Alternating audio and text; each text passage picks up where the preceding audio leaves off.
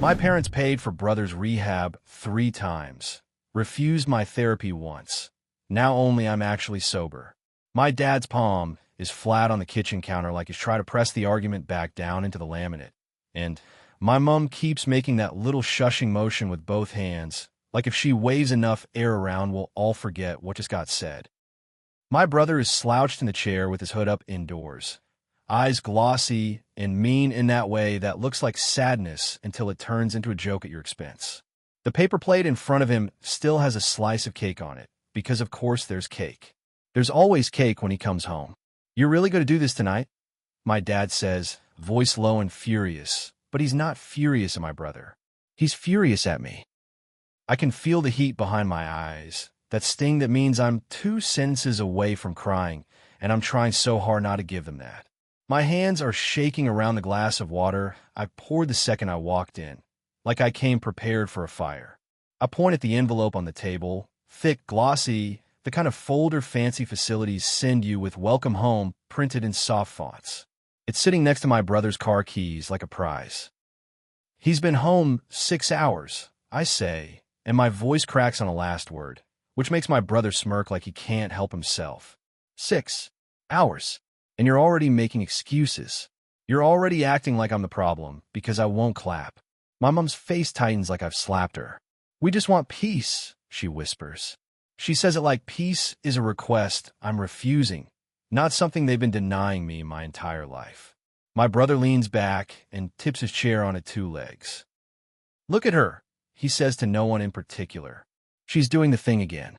The speech. The whole martyr routine. My heart is hammering so hard I can feel it in my throat. My body is doing that old familiar dance, fight, flight, freeze, like it still thinks I'm 21 and trapped in this kitchen, trapped in this family, trapped in being the one who's supposed to swallow everything.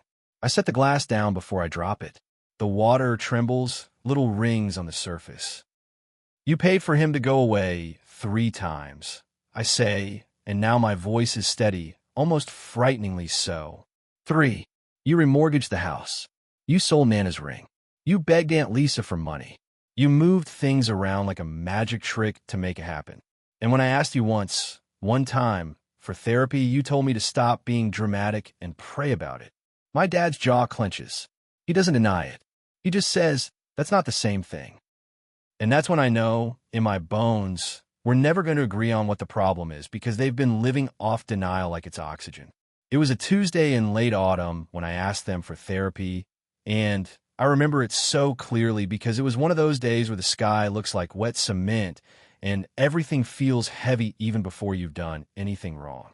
I've been sober, technically sober, for 2 weeks, which meant I wasn't drinking, but I wasn't okay. I was white-knuckling it. I was sweating through my shirts at night. I was snapping at people for breathing too loudly. I'd wake up with my teeth clenched and a headache like I'd been punched. I've been hiding my drinking for a long time by then, hiding it the way people do when they're still trying to pretend they're functional. Only after work, only at home, only when the day was bad, only to sleep, only to take the edge off. Except it was every day. The edge never went away. It just got sharper. I'd driven to my parents' place because I didn't trust myself to be alone, which is humiliating to admit even now, because I was already in my late 20s, and walking into their house still made me feel 12. My brother wasn't speaking to them at the time, one of his dramatic disappearances after stealing money and getting caught. So the house was quiet in that tense way it gets when he's not there to absorb all the attention. I sat at the same kitchen table, the same chairs, the same fruit bowl my mom insists on filling with fake apples because it looks cheerful, and I told them the truth. Or at least enough of it that I could breathe. "I think I need help," I said. My voice sounded small. "Like real help. I've been drinking too much. I'm stopping, but I can't. My head won't stop. I can't sleep. I feel like I'm crawling out of my skin. I want to talk to someone. A therapist." I looked up a place near work.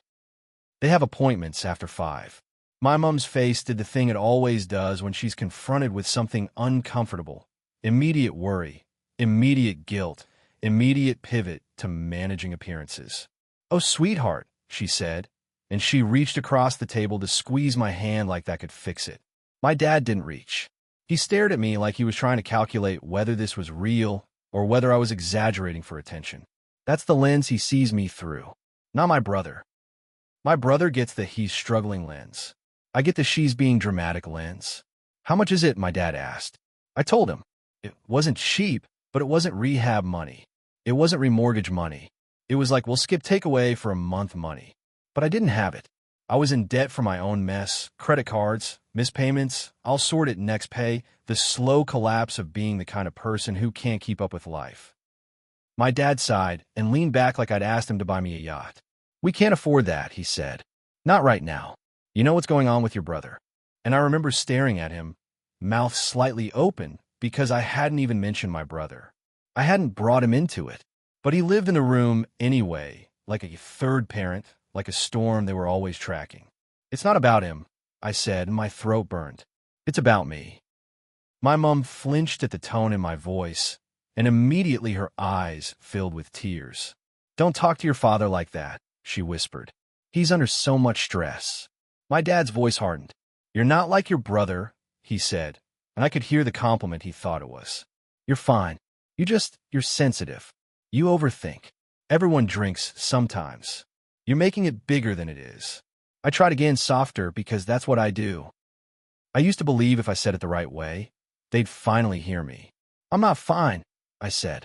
I am scared. My mom squeezed my hand harder, like she could squeeze the fear out of me. We can pray, she said quickly. We'll pray together. You don't need a stranger digging into your head. It'll just make you worse.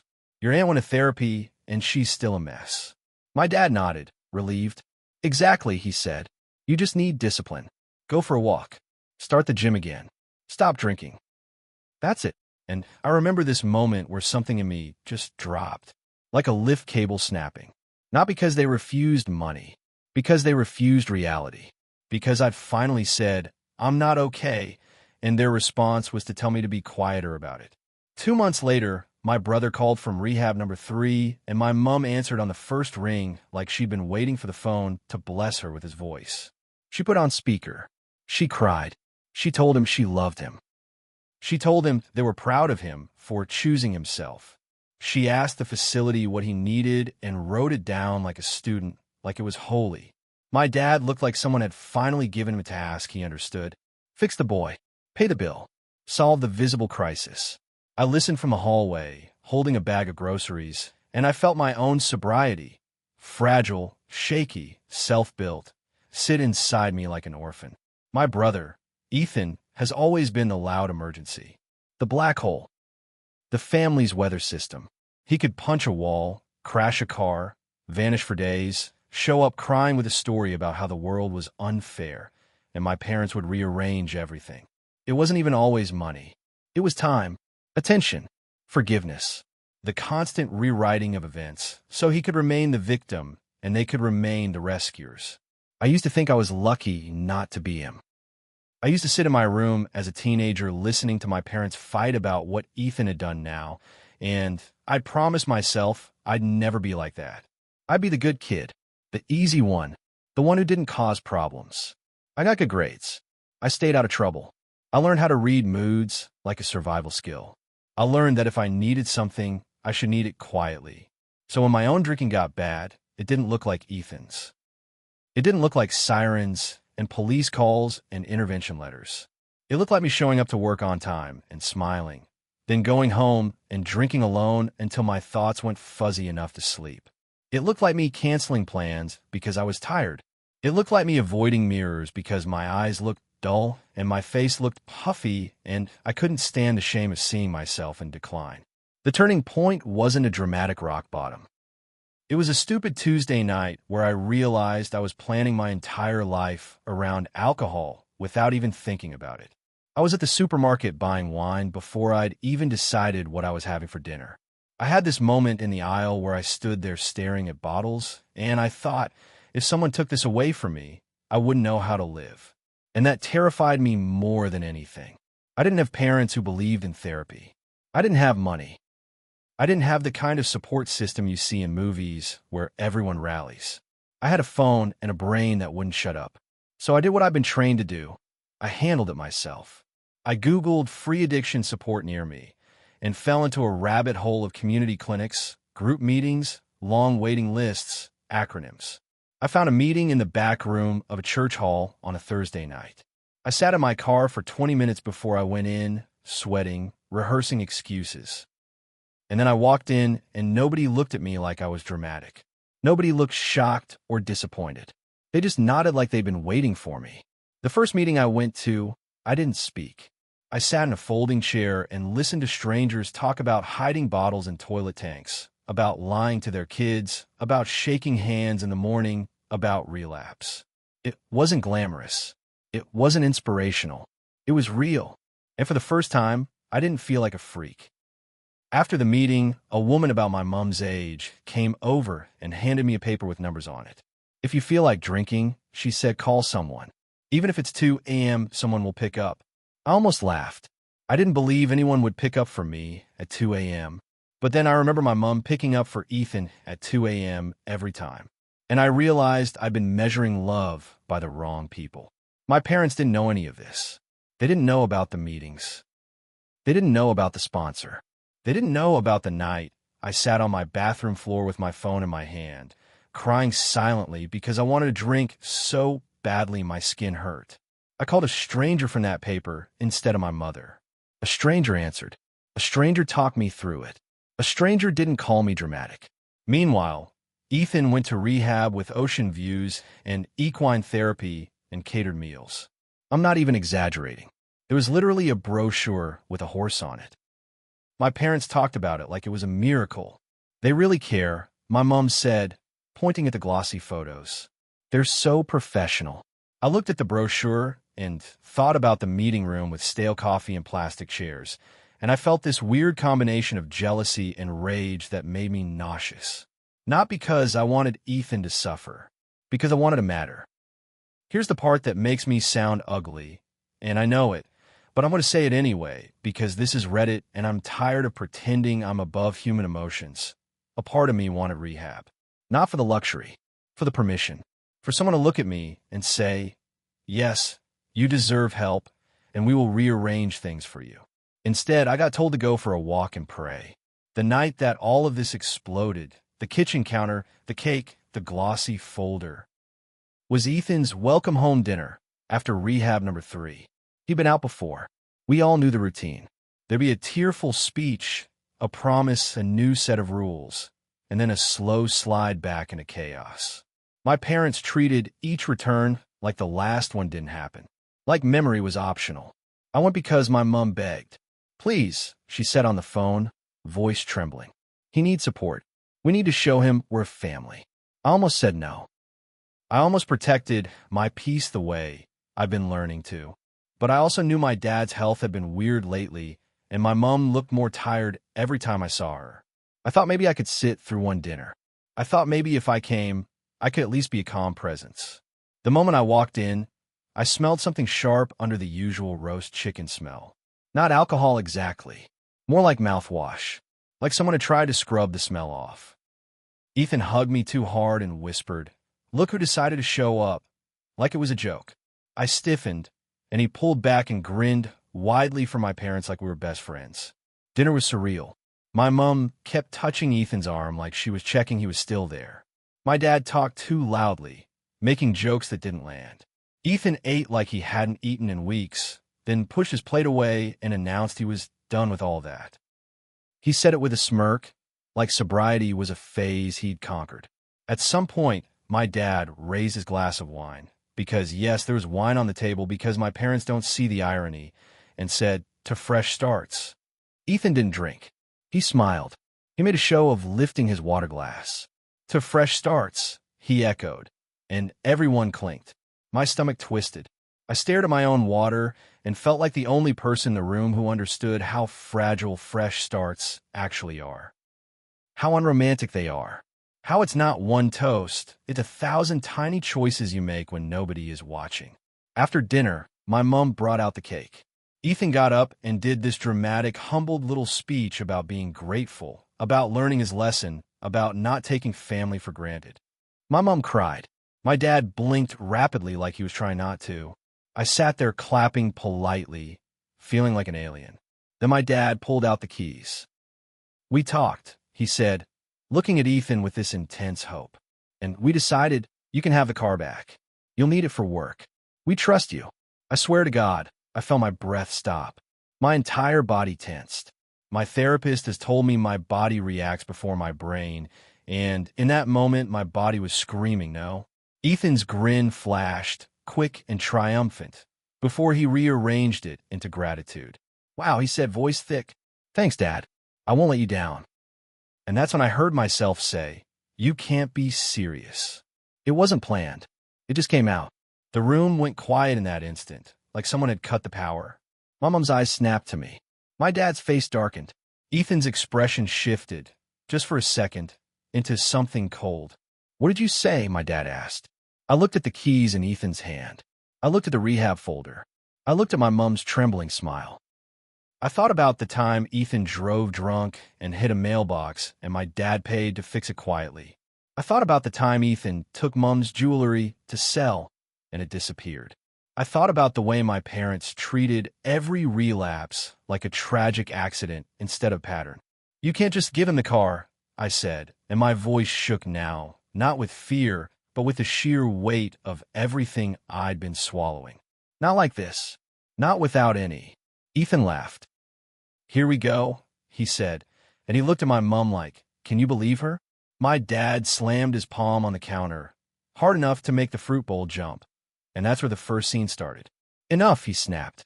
This is not your moment. This is not about you. And something inside me snapped right back.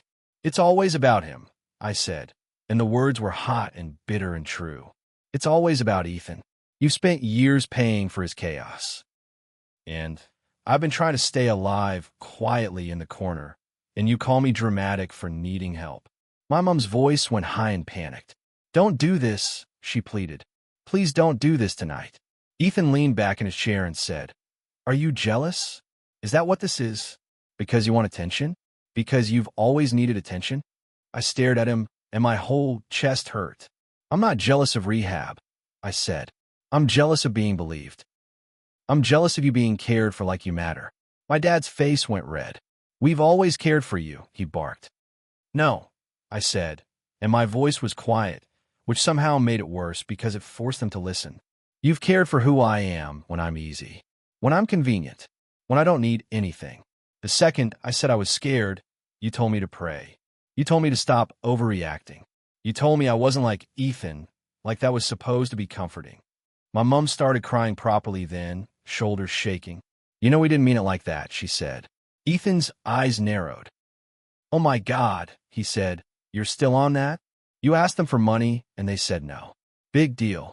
It wasn't about the money, I snapped, and I hated that my voice went sharp because I could already feel them filing it away as proof. It was about you refusing to see me. My dad pointed at me like I'd committed some crime. You're making your brother's recovery about you, he said. That's selfish. That's when I said the line that's been rattling around in my head for months. I'm the only one actually sober, I said, and the room went dead. My brother's smile slipped. My mom's crying stuttered into a gasp. My dad blinked like he hadn't heard me right. Ethan's voice turned lazy and dangerous. You, he said. Sober? Since when? 18 months, I said. My hands were still shaking, but I didn't look away. 18 months without a drink. 18 months of meetings. Of calling people when I want to crawl out of my skin. Of learning how to live without numbing everything. And I did it without you. Without your money. Without your brochure. Without anyone clapping. My mom's mouth opened and closed. Why didn't you tell us? She whispered, like that was the betrayal here. I laughed. A short, ugly sound. I tried, I said. I tried to tell you I wasn't okay, and you told me not to be dramatic. So I stopped telling you things. My dad looked at me like he didn't know who I was, and I realized in that moment that he didn't. He knew the version of me that kept everything neat for him. Ethan's face shifted into anger fast. You're lying, he said, and his voice had an edge of panic under it. You're doing this to make Mom and Dad feel bad. You always do this victim thing. I looked at him, and I thought, he needs me to be the problem. Because if I'm not the problem, he is. And he can't handle that. My dad's voice went colder. This isn't the time, he said, but there is something else in it now. Confusion. Fear. Because if what I was saying was true, It meant the family story was wrong. It meant the scapegoat wasn't just being dramatic. My mom wiped her cheeks with the back of her hand. "We would have helped you," she whispered, but it sounded like she was trying to convince herself. I reached into my bag because I'd brought something, not planning to use it like a weapon, but needing it like armor. A folded invoice. A printout from the clinic I ended up using. The waiting list letter. The receipts of my own effort, because I'm tired of being told my reality isn't real unless it's documented. I put the papers on the table. I asked once, I said. You said no. So I found another way. I found people who didn't call me dramatic. I found accountability. I found a life that doesn't revolve around rescuing Ethan. Ethan stood up so fast his chair scraped. "So what? You want a medal?" he snapped. "You want them to love you more because you're so strong?" "No," I said, and my throat tightened. "I want you to stop taking everything. I want Mom to stop bleeding herself dry for your promises. I want Dad to stop acting like my needs are inconvenient. And I want you to stop calling me dramatic every time I tell the truth." My dad stared at the papers like they were written in a language he couldn't read. My mom made a sound like she was about to say something, then didn't. Ethan's eyes flicked to the counter, to the wine glasses, to the cake knife, and his jaw worked like he was chewing a thought. Then he did what he always does when he feels cornered. He attacked. "You're not sober," he said, loud and cruel. "You're just controlling. That's your drug. You need to feel superior. You need to feel like you're better than everyone." My mom flinched like he'd hit me, but she didn't tell him to stop. That silence was its own answer. And in that moment, something settled in me. Not rage, not triumph, just clarity. They were never going to protect me from him. They were never going to correct him. They were going to keep asking me to be the bigger person until I was nothing but a shadow. So I picked up my bag. My hands were steady now. "I'm leaving," I said. My mom's head snapped up. "Don't," she begged. "Please. We can talk about it. Just sit down." My dad's voice turned sharp again, because he only knows how to regain control through anger. "If you walk out, don't come back," he said, and I could hear him trying to make it a threat that would pull me in a line. Ethan smiled like he wanted me to go, like the room felt safer to him without me telling the truth. I looked at my mom. "I love you," I said, and my voice shook on the words because I meant them. "But I can't keep doing this. I can't keep being the one who gets punished for naming what's happening." My mom whispered, "You're breaking the family." I paused with my hand on the doorframe, and I didn't even mean to say it, but it came out anyway. "No," I said softly. "Ethan breaks the family every time, and you call it struggle. I set one boundary, and you call it drama." I left. In my car, I sat with my forehead against the steering wheel and cried so hard my chest hurt. Not because I regretted it, because I was grieving something I'd been chasing my entire life. The fantasy that if I was good enough, calm enough, useful enough, my parents would finally see me and choose me too. The next day, my mom called. I didn't answer. My dad texted, "Your mother is devastated. Ethan is devastated. You should apologize." Ethan texted, "Congrats on ruining everything. Hope your little meetings make you feel special." I showed the text to my sponsor in my next meeting. I expected him to say something profound. He just looked at me and said, "That's the disease talking through them. Not just Ethan. All of it. The whole system." I hated how true that felt. Weeks passed. Then months. Ethan relapsed. Of course he did. It happened quietly at first. Missed calls, excuses, weird money requests, until it blew up the way it always does. My mom called crying, telling me Ethan was missing again, telling me she didn't know what to do, telling me she couldn't breathe. And here's the hardest part. I didn't rush in to fix it. I sat on my couch with my phone in my hand, and I felt my old reflex scream at me. Go. Save them. Be useful. Prove you're good. But underneath that reflex, there was another voice now, one I've been trying to grow. You can love them without drowning with them. So I answered. I kept my voice gentle. "Mom," I said, "I'm sorry you're scared. But I can't be the solution to Ethan." She sobbed. "What am I supposed to do?" she cried. "You can call the facility," I said. "You can call a support line. You can go to a family group. You can stop giving him money." There was a pause, and I could hear the indignation building. Like, how dare I suggest she stop rescuing her son? "You're so cold now," she whispered. Therapy really changed you. I almost laughed, but it came out like a sigh. No, I said. Therapy helped me stop dying quietly, so you could keep pretending everything was fine. She hung up on me. A few days later, my dad showed up at my apartment. He'd never done that before. He stood in my doorway, looking smaller than I remembered, like the anger was a costume that didn't fit as well anymore. Your mother hasn't been sleeping, he said, and it sounded like an accusation. I nodded. I'm sorry, I said, because I was. I can be sorry without being responsible. He looked past me into my apartment like he expected to see some new person living there. Why didn't you tell us you were doing all that? He asked, meaning sobriety, meaning meetings, meaning the life I built without them. I swallowed. I tried, I said. You didn't want to hear it. He flinched at that, just slightly, like it hit a bruise. We were dealing with Ethan, he said automatically, the old line. I was dealing with Ethan too, I said, and my voice stayed calm. Just in a different way. I was dealing with what it did to me, with how it made me feel invisible, with how I started drinking to get quiet inside. My dad's face tightened, and for a second I thought he'd get angry again, tell me I was dramatic, tell me to stop blaming the family. Instead, he looked tired. Your mother thinks you hate us, he said. I don't hate you, I said, and I meant it. But I can't keep sacrificing my sanity to protect Ethan's feelings. My dad's throat moved like he swallowed something hard. He's sick, he said. So was I replied. He stared at me for a long time. Then, very quietly, he said, we didn't know. And I wanted to scream, yes, you did, I told you. But I also knew something else was true.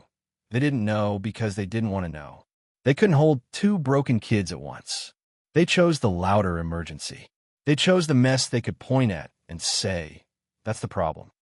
They didn't want to look at the quiet, competent daughter who was falling apart behind closed doors.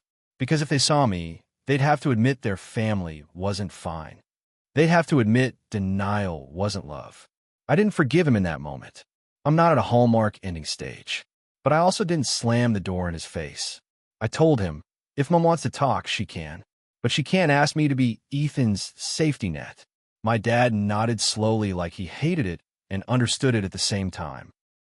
She'll say you're being dramatic, he murmured, almost like he was acknowledging the script. I looked at him. Then she can say it, I said. I'll still be sober. That's the part nobody in my family seems to know what to do with. Ethan can relapse and be forgiven because it fits the narrative of struggle and redemption. My sobriety doesn't fit their story because it's inconvenient. It's proof that help works even when it isn't expensive. It's proof that the person they dismissed wasn't just being dramatic. It's proof that their choices had consequences. These days, Ethan and I don't talk. My mom and I speak occasionally, carefully, like we're walking around broken glass. Sometimes she tries to slip back into the old pattern, asking me to just talk to him, asking me to just come over, asking me to just help, and I stop her. I keep it simple. I can't do that, I say. I hope he chooses recovery. But I can't be responsible for it. Sometimes I feel guilty. Sometimes I miss the fantasy version of my family.